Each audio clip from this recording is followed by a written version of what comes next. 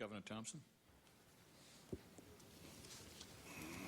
Can either of you two gentlemen clear up at least the confusion in my mind about the repeater system for the fire department radios? The staff statement indicates that the repeater system was ordinarily not on and it had to be activated during the course of an emergency.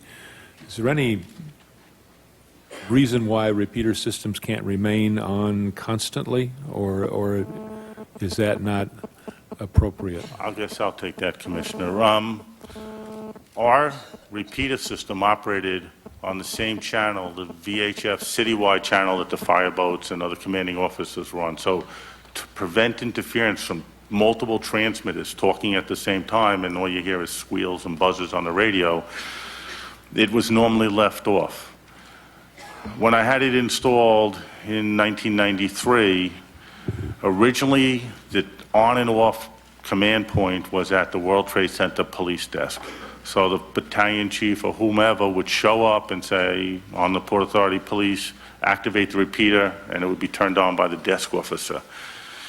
In late 2000, the fire department asked that that control function be changed and be moved to the actual fire command desks in the lobbies of the buildings, the actual individual fire command stations. So we did that. They also asked that we install a UHF digital radio repeater at that time, and the Port Authority funded that and installed that. So that day, the control was at the actual fire command desk in both 1 and 2 World Trade Center, and it was for the fire department to turn on. Now, from talking to your staff, it appears that Chief Pfeiffer told the Deputy Fire Safety Director to turn it on. I have no personal knowledge of who turned it on because I was in the lobby of 5 World Trade Center at the police desk. But the basic fact is when you listen to the dictaphone tape recorder, the repeater was working. There was one antenna, as your graphic showed, on the roof of 5 World Trade Center, sort of a V that pointed at the 2 towers, to pick up the signals on one frequency, put them into a transmitter, and rebroadcast them on a separate, different frequency. That's the essence of the repeater. So the repeater was used so anybody in the building, and we had what was called a leaky cable. Think of a hose with lots of little holes punctured in it. We ran that all around the subgrade. So if a fireman was in the basement, he could talk through the repeater to the truck company or the engine company at street level. I listened to the tape a number of times, and you can hear the firemen talking back and forth in the lobby of 1, but they don't recognize that it's working because they say, I don't have the hard wire. So something was wrong with the desk console. Either the volume control was turned down, there was a technical problem with it, the right button wasn't pushed. I don't know, I wasn't there. But walkie-talkie to walkie-talkie communication was present, and that was recognized by the chief when he went over to 2 World Trade Center, and he's talking from the 7th floor to firemen trapped in an elevator and back down to the lobby. So this is another critical lesson learned. You had asked earlier about lessons learned. I recognized very quickly in 1993 that we had to make sure that the fire department had adequate communications in the complex. So we put this system in. It needs to be installed in all the high-rise buildings in the city. As Chief Pfeiffer said, without information, you don't know what you're doing. You really need to have information at the command post.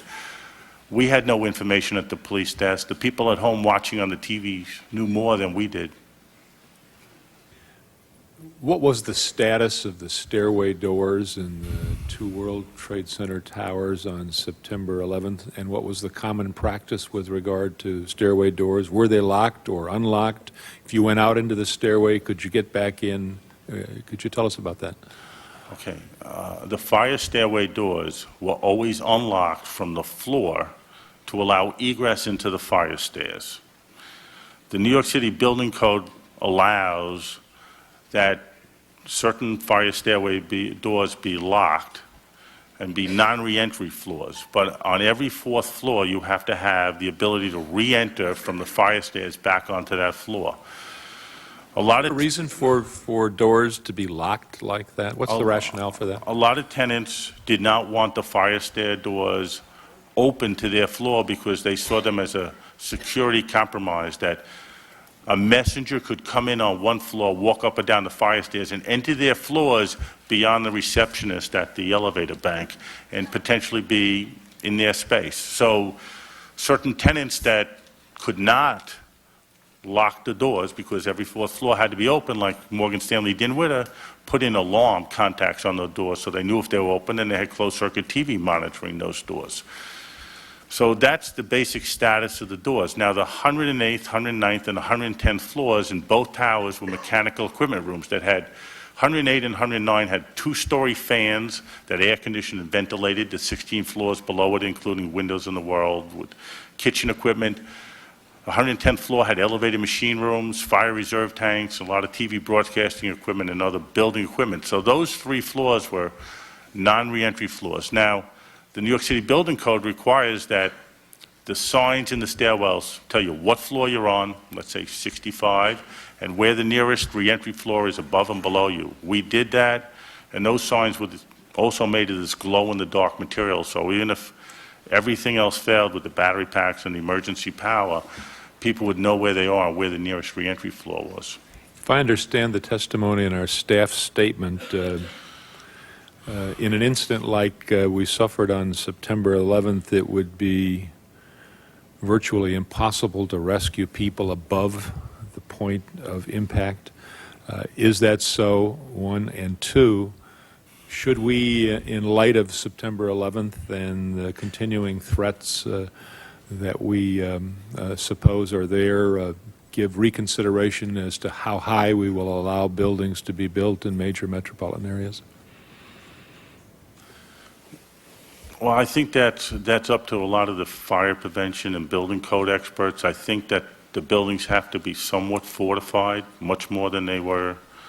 As we've testified, the New York City Building Commissioner, Patricia Lancaster, has submitted recommendations to make the fire stairs and the elevator shafts out of a much more durable material. But as far as the height, I think you need to put the whole code and everything into balance, whether it's the fire stairs capacity, the fireproofing, and all the evacuation measures. Everything has to be worked as one system. I get somewhat concerned as I look at the model codes move to performance-based codes and make the assumption that every system is going to work together.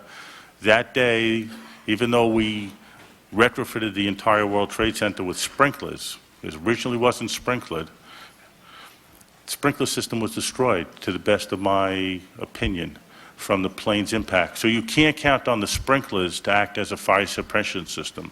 The codes need to change. They need to take into account that we're living in a different world today.